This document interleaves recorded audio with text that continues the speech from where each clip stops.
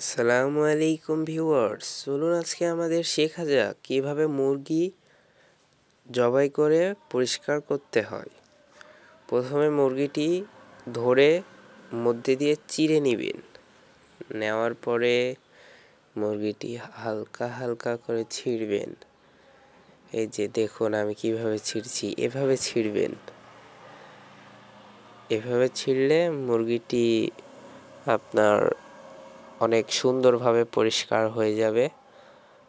আপনারা বেশিরভাগ বাসা বাড়িতে লুম ফুড়াগুলো তুলেন, এভাবে কিন্তু ভালো পরিষ্কার হয় না।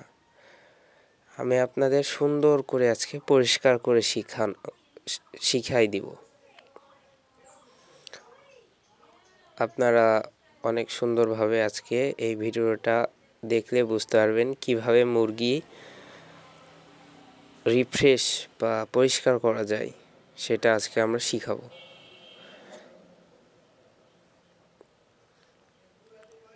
মুরগিগুলা 1 কেজি করে 2 কেজি মুরগি সকালে জবাই করেছে। সো এখন আমি এই যে এখানে আনলাম, এনে এখন আমি পুরোটা একবারে পরিবেশন করে দেখাবো আপনাদের,